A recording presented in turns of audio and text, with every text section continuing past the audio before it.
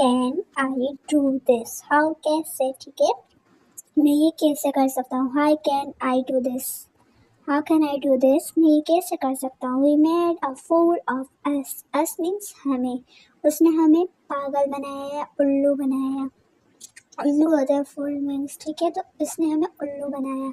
He is a man of words, he is a man of words, man of words means वादे का पक्का, वो अपने वादे का पक्का है।